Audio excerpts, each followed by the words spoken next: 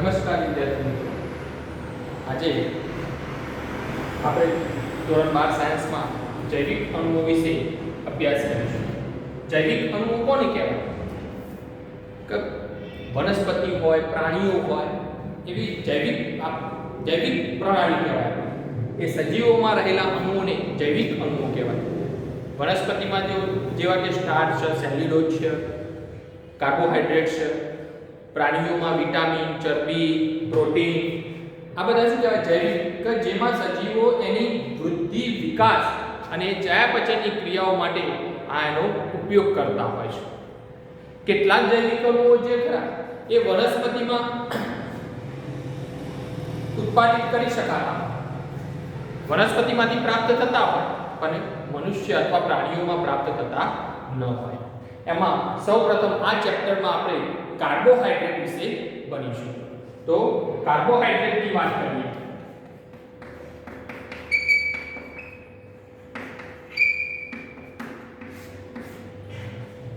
Carbohydrates આપણને biology વાળાને તો ખબર હશે કાર્બોહાઈડ્રેટ કેટલા પ્રકારના હોય. તો મોનોસેકેરાઇડ, ડાયસેકેરાઇડ, ટ્રાયસેકેરાઇડ, ટેટ્રાસેકેરાઇડ, પોલીસેકેરાઇડ. મોનોમાં આપણે દાખલા તરીકે ગ્લુકોઝ, ફ્રુક્ટોઝ, ડાયસેકેરાઇડમાં સુક્રોઝ, બરોબર. ટ્રાયસેકેરાઇડમાં રેફિનોલ, સ્ટેચ્યુઓઝ, એ આપણે ભણવાના જ છીએ. તો આ કાર્બોહાઈડ્રેટની વાત કરીએ તો કાર્બોહાઈડ્રેટ શું છે? તો કાર્બોહાઈડ્રેટ પોલીહાઇડ્રોક્સિલ OH સમૂહ, એક કરતા વધારે OH સમૂહ ધરાવતા આલ્ડો અથવા પેન્ટોઝ શર્કરા છે. પોલીહાઇડ્રોક્સી આલ્ડો અથવા પેન્ટોઝ શર્કરા, અથવા એવા અણુઓ કે જેમનું જલ વિભાજન કરી આવા એટલે પોલીહાઇડ્રોક્સી આલ્ડો એટલે આલ્ડીહાઇડ કીટો સમૂહ ધરાવતા સંયોજનો પ્રાપ્ત કરી શકાતા હોય એવા અણુઓને શું કહેવામાં આવે છે? કાર્બોહાઈડ્રેટ્સ કહે છે.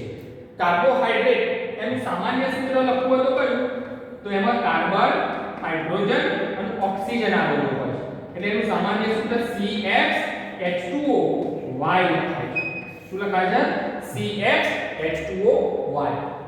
મોટા ભાગે એવું સાબિત નથી કે કાર્બોહાઈડ્રેટમાં કાર્બન અને હાઇડ્રોજનનું પ્રમાણ H અને O નું પ્રમાણ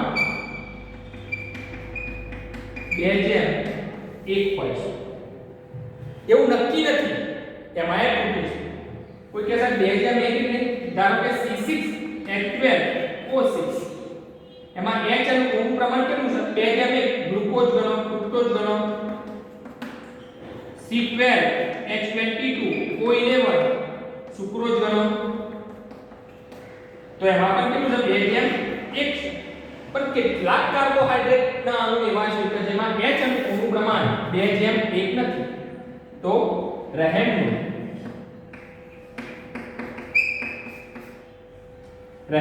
C6H12O5 આ મોસ્ટ આઈડિયા. તો નીચેનામાંથી કયો કાર્બોહાઈડ્રેટ H અને O નું પ્રમાણ 2:1 ધરાવતો નથી? તો રહેમ. કેટલાક અણુ એવા છે કે જેમાં H અને O નું પ્રમાણ 2:1 છે. ધારો કે CH3COOH, કયો એસિડ છે? Acetic acid. એમાં જોઈ લો H અને O, H કેટલા છે? H 4 છે અને O કેટલા છે? 2. તો કેટલું પ્રમાણ છે? 2:1 છે. પણ કાર્બોહાઈડ્રેટ નથી. દાખલા તરીકે HCHO ફોર્માલ્ડિહાઇડ,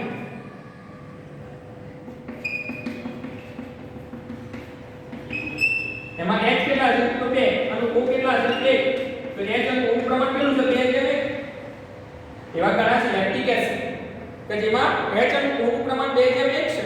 તો એ કાર્બોહાઈડ્રેટ કહેવાય? ના. એટલે એવું જરૂરી નથી કે કાર્બોહાઈડ્રેટમાં H અને O નું પ્રમાણ 2:1 હોવું જોઈએ. આ MCQ તરીકે પૂછાય કે નીચેનામાંથી કયો કાર્બોહાઈડ્રેટ H અને O નું પ્રમાણ 2:1 ધરાવતો નથી? તો રહેમ. કાર્બોહાઈડ્રેટ થોડા આગળ જઈએ. કાર્બોહાઈડ્રેટનું વર્ગીકરણ. આ કાર્બોહાઈડ્રેટના વિશે સામાન્ય વાત કરી. કાર્બોહાઈડ્રેટ ફરીથી વાત કરીએ તો એમાં C H અને O આવેલા હોય છે. કાર્બોહાઈડ્રેટ કોને કહેવાય? કે એવા જૈવિક અણુઓ કે જેમાં પોલીહાઇડ્રોક્સી OH સમૂહ એક કરતા વધુ આવેલા હોય અને આલ્ડીહાઇડ અથવા કીટોન સમૂહ આવેલો હોય, એટલે આલ્ડો અથવા કીટો સમૂહ આવેલો હોય તો એવી શર્કરાને શું કહેવાય? કાર્બોહાઈડ્રેટ. કાર્બોહાઈડ્રેટ એ વનસ્પતિમાંથી પ્રાપ્ત થાય છે, પ્રાણીઓમાંથી પ્રાપ્ત થતા નથી. જેમાં H અને O નું પ્રમાણ CH2O સૂત્ર અનુસાર 2:1 હોઈ શકે, પણ કેટલાક કાર્બોહાઈડ્રેટ એવા છે કે જેમાં H અને O નું પ્રમાણ 2:1 નથી. એસિડિક એસિડ કે જેમાં H અને O નું પ્રમાણ 2:1 છે, પરંતુ એ કાર્બોહાઈડ્રેટ નથી. ફોર્માલ્ડિહાઇડ, લેક્ટિક એસિડ કે જેમાં H અને O નું પ્રમાણ 2:1 છે, પરંતુ એ કાર્બોહાઈડ્રેટ નથી. આગળ જોઈએ કાર્બોહાઈડ્રેટનું વર્ગીકરણ.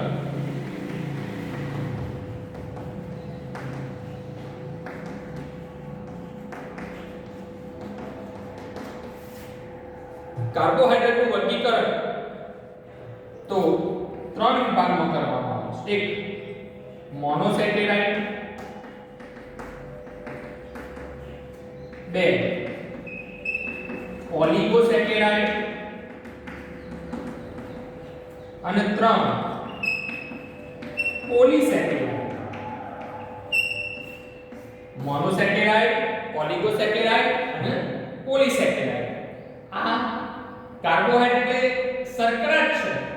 મોનોસેકેરાઇડ ની વાત કરીએ 1 નંબર.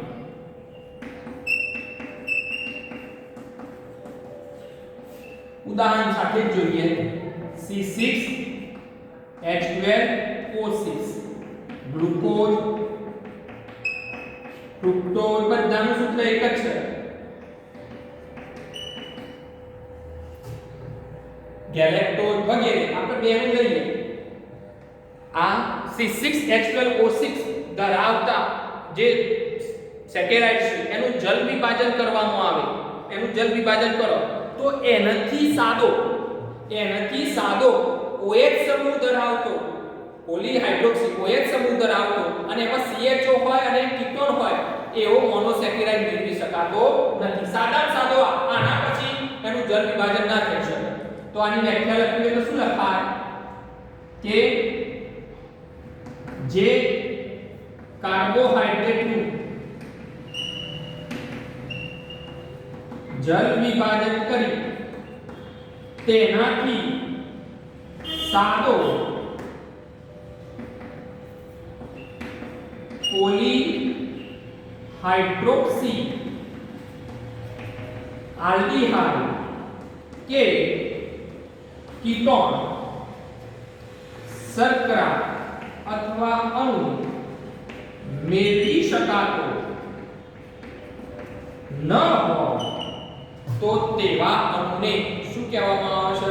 મોનોસેકેરાઇડ. તેવી શર્કરાને મોનોસેકેરાઇડ કહે છે. ગ્લુકોઝનું જલ વિભાજન કરવામાં આવે તો એનાથી સાદો કોઈ મોનોસેકેરાઇડનો અણુ અથવા કોઈ જૈવિક અણુ મેળવી શકાતો નથી. એટલે એવું કહી શકાય કે જે કાર્બોહાઈડ્રેટનું જલ વિભાજન કરતા તેનાથી સાદો, એટલે આનાથી સાદો મોનોસેકેરાઇડથી સાદો પોલીહાઇડ્રોક્સી આલ્ડીહાઇડ કે પોલીહાઇડ્રોક્સી કીટોન ધરાવતો અણુ અથવા શર્કરા મેળવી શકાતી નથી. આને શું કહેવામાં આવે છે? મોનોસેકેરાઇડ કહેવામાં આવે છે. મોનોસેકેરાઇડ જે ખરા એ મોનોસેકેરાઇડ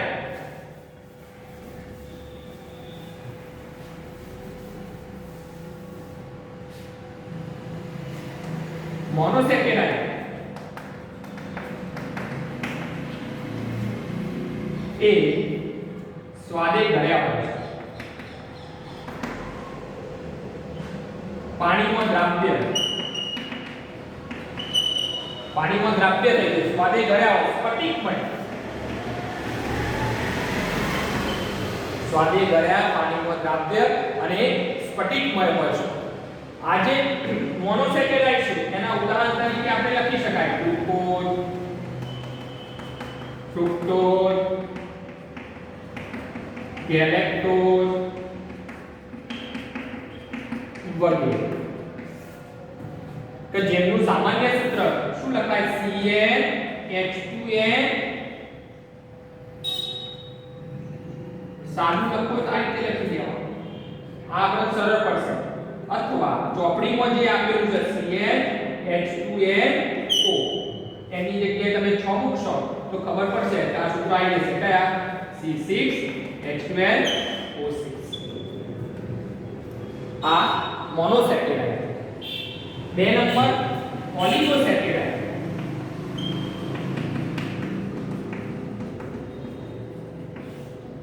ઓલિગોસેકેરાઇડ એટલે કે જે સેકેરાઇડ નું અથવા જે કાર્બોહાઈડ્રેટ નું જલ વિભાજન કરવામાં આવે તો મોનોસેકેરાઇડ ના 2 એકમો પ્રાપ્ત થતા હોય તો એને શું કહેવામાં આવે છે ઓલિગોસેકેરાઇડ. દાખલા તરીકે આપણે ઉદાહરણ લઈએ C12H22OA. આ સુક્રોઝ નું ઉદાહરણ છે. સુક્રોઝ નું જલ વિભાજન કરવામાં આવે, એનું જલ વિભાજન કરવામાં આવે તો C6H12O6. C6H12O6 એક એકમ ગ્લુકોઝ નો મળે છે અને બીજો એકમ ફ્રુક્ટોઝ નો મળે છે. આવા તો કેટલાય છે લેક્ટોઝ શર્કરા C12H22O11 લેક્ટોઝ દૂધમાં રહેલી શર્કરા છે. એનું જલ વિભાજન કરવામાં આવે તો બંને એકમ C6H12O6 C6H12O6 એક એકમ ગ્લુકોઝ મળશે અને એક એકમ ગેલેક્ટોઝ મળશે. આ રીતે ડાયસેકેરાઇડ ની વ્યાખ્યા બનાવે શું બનાવે કે જે કાર્બોહાઈડ્રેટ નું જલ વિભાજન કરવામાં આવે તો મોનોસેકેરાઇડ ના 2 એકમો મળતા હોય. આ ઓલિગોસેકેરાઇડ છે એનો પ્રકાર છે. પહેલો પ્રકાર ડાયસેકેરાઇડ કે જે કાર્બોહાઈડ્રેટ નું જલ વિભાજન કરવાથી મોનોસેકેરાઇડ ના 2 એકમો મળતા હોય તો એને કયો કહેવામાં આવે છે ડાયસેકેરાઇડ કહેવામાં આવે છે. ઉદાહરણ તરીકે લખવું હોય તો શું લખી શકાય ઉદાહરણમાં સુક્રોઝ, ફ્રુક્ટોઝ, માલ્ટોઝ, લેક્ટોઝ આ બધી શર્કરાઓ છે. એનું સામાન્ય સૂત્ર લખવું હોય તો CnH2ON-1.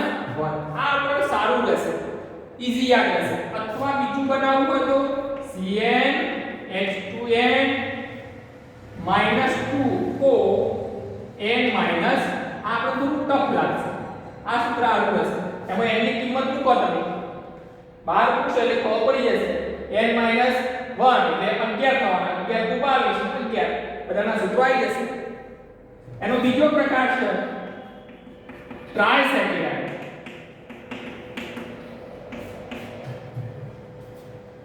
ટ્રાયસેકેરાઇડ તો જે કાર્બોહાઈડ્રેટ નું જલ વિભાજન કરતા મોનોસેકેરાઇડ ના 3 એકમો મળતા હોય એને ટ્રાયસેકેરાઇડ કહેવાય. દાખલા તરીકે ઉદાહરણ તમને સાબિત કરીને જ આપી દઉં છું. આનું સામાન્ય સૂત્ર CnH2ON-2. દરેક વખતે એક C6H12O6 નો અણુ જોડાય અને પાણીનો અણુ દૂર થાય તો તમને ઈઝી આવશે. ધારો કે આ ડાયસેકેરાઇડ હતો કયો ભાઈ C12H22O11 એમાં એક અણુ આ જોડો એટલે C કેટલા થવાના 18 થવાના, H કેટલા થવાના 12 અને આ પાણી એટલે 34 એમાંથી પાણીનો અણુ દૂર જાય એટલે 35. O કેટલા છે અહીંયા 11 અને 6 17 એક જતો રહ્યો. ઓકે આ રેફિન્યુઝ એટલે ટ્રાયસેકેરાઇડ નો જે અણુ હોય એનું જલ વિભાજન કરવામાં આવે તો મોનોસેકેરાઇડ ના 3 એકમો મળતા હોય તો એને કઈ શર્કરા કહેવામાં આવે છે ટ્રાયસેકેરાઇડ કહેવામાં આવે છે. કઈ શર્કરા કહેવામાં આવે છે ટ્રાયસેકેરાઇડ. Okay 3 number ટેટ્રાસેકેરાઇડ. ટેટ્રાસેકેરાઇડ કોને કહેવામાં આવે ખબર પડી ગઈ હવે કે જે કાર્બોહાઈડ્રેટ નું જલ વિભાજન કરવામાં આવે તો મોનોસેકેરાઇડ ના 4 એકમો મળતા હોય એને ટેટ્રાસેકેરાઇડ કહેવાય.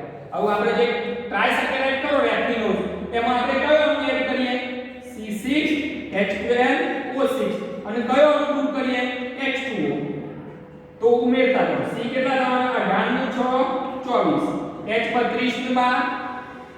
44 માંથી 2 ગયા એટલે 45 ઓ 16 નું 6 22 માંથી 1 જાય એટલે 21 એનું સામાન્ય સૂત્ર લખવું શું લખાય CnH2O n - 3 આ સ્ટેચ્યુઓ છે શું છે સ્ટેચ્યુઓ કે ભાઈ જે મોનોસેકેરાઇડ કે જે સેકેરાઇડ હોય જે કાર્બોહાઈડ્રેટ હોય એનું જળ વિભાજન કરવામાં આવે તો મોનોસેકેરાઇડના 4 એકમો પ્રાપ્ત થતા હોય તેને કઈ સંખ્યા કહેવામાં આવે ટેટ્રાસેકેરાઇડ કહેવામાં આવે એનું ઉદાહરણ આપો તો સ્ટેચ્યુઓસ અને આજે ઓલિગોસેકેરાઇડ બન્યા હોય એમાં મોનોસેકેરાઇડના ઓછામાં ઓછા 2 અણુ હોય અને વધારામાં વધારે કેટલા અણુ હોય 10 અણુ કેટલા 2 થી 10 મોનોસેકેરાઇડ આવેલા હોય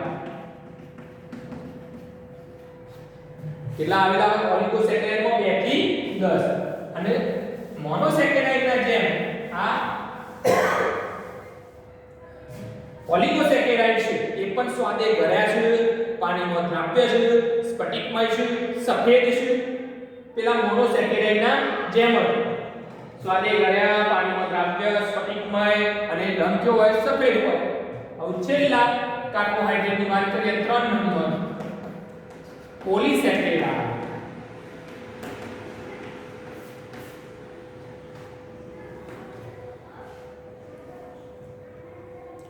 પોલીસેકેરાઇડની વાત કરીએ તો તમને એના પરથી જ ખબર પડી જાય વ્યાખ્યા પરથી નામ પરથી જ ખબર પડી જાય જે કાર્બોહાઈડ્રેટના અણુનું જળ વિભાજન કરવામાં આવે તો મોનોસેકેરાઇડના કેવા ભાઈ અસંખ્ય અણુઓ પ્રાપ્ત થતા હોય ઉદાહરણ તરીકે આપણે જોઈએ સ્ટાર્ચ સેલ્યુલોઝ